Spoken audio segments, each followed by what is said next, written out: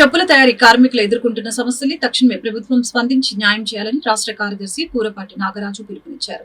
చెప్పుల కార్మికులకి labour card ఇచ్చి దాని ద్వారా పెన్షన్లు, పూచీకత్తు లేని రుణాలు ఇచ్చి వృత్తిపరంగా పూర్తి అభివృద్ధికి తోడ్పడాలని తెలియజేశారు. గాంధీనగర్ ప్రెస్ క్లబ్ లో ఏర్పాటు చేసిన మీడియా సమావేశంలో ఆయన మాట్లాడుతూ చెప్పుల కార్మికులకి లేబర్ కార్డు ఇచ్చి దాని ద్వారా పెన్షన్లు, పూచీకత్తు లేని రుణాలు ఇచ్చి వృత్తిపరంగా పూర్తి అభివృద్ధికి తోడ్పడాలని తెలియజేశారు. అలాగే తిరువూరు నియోజకవర్గం సబ్బాల గ్రామంలోని గత 30 సంవత్సరాల నుంచి శ్మశాన వాటిక లేదని, ప్రభుత్వం దాని ఏర్పాటుకు దోహదపడాలని, కంచికి చెర్లలో మంచినీటి ట్యాంకులు లేక ప్రజలు అనేక ఇబ్బందులు పడుతున్నారని, మంచినీటి ట్యాంకులు కట్టించాలని ప్రభుత్వాన్ని విజ్ఞప్తి చేయడం జరిగింది. సమావేశం అనంతరం నూతన జిల్లా కమిటీని ఏర్పాటు చేశారు. జిల్లా అధ్యక్షులుగా మలమంటి వెంకటరత్నం, ప్రధాన కార్యదర్శిగా కొమ్మూరి బ్లెస్సింగ్, తెల్లూరి నగేష్, మలమంటి భాస్కర్, కార్యదర్శులుగా నెమ్మలి నరేష్, మల్లాది జగదీష్, కోలా బాలకృష్ణ, సలహాదారుడిగా నూక ప్రసాద్, కోశాధికారిగా Khammampati Siva Ganapati, social media convener Raju, NTR జిల్లా మహిళా అధ్యక్షురాలు ఇనుపనూరి నాగవేణి, ఈ మహాసభకి రాష్ట్ర కార్యదర్శి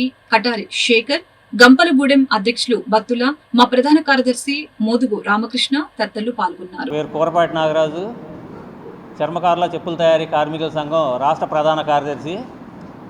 ఈరోజు మన విజయవాడ నగరం ప్రెస్ క్లబ్లోని ఎన్టీఆర్ జిల్లా చర్మకారుల సంఘం 2వ మహాసభ జరిగింది. నూతన కమిటీని ఎన్నుకోవడం జరిగింది.